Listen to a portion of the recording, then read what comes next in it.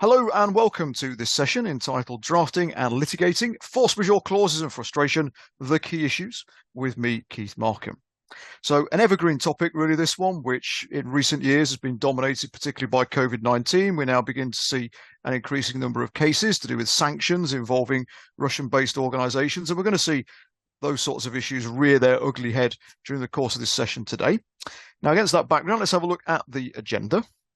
So we're going to begin by looking at force majeure. So about 2/3 of the session will be on force majeure. We're going to look at key considerations in terms of what should be in a force majeure clause. There are around about half a dozen key aspects of that we need to consider.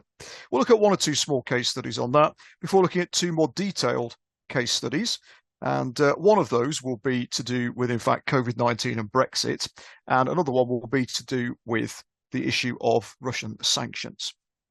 And at the end of all of that, we will then summarize sort of the key steps that you need to take and so on when you're drafting, before we then proceed to talk about frustration. And with frustration, we will set out the basic tests that go with this that you may all be aware of. We'll look at more recent cases, again, one to do with Brexit, in fact, and one to do with Russian sanctions.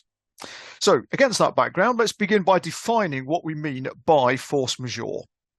So here is quite a useful definition in terms of force majeure provisions and the like. So a contractual term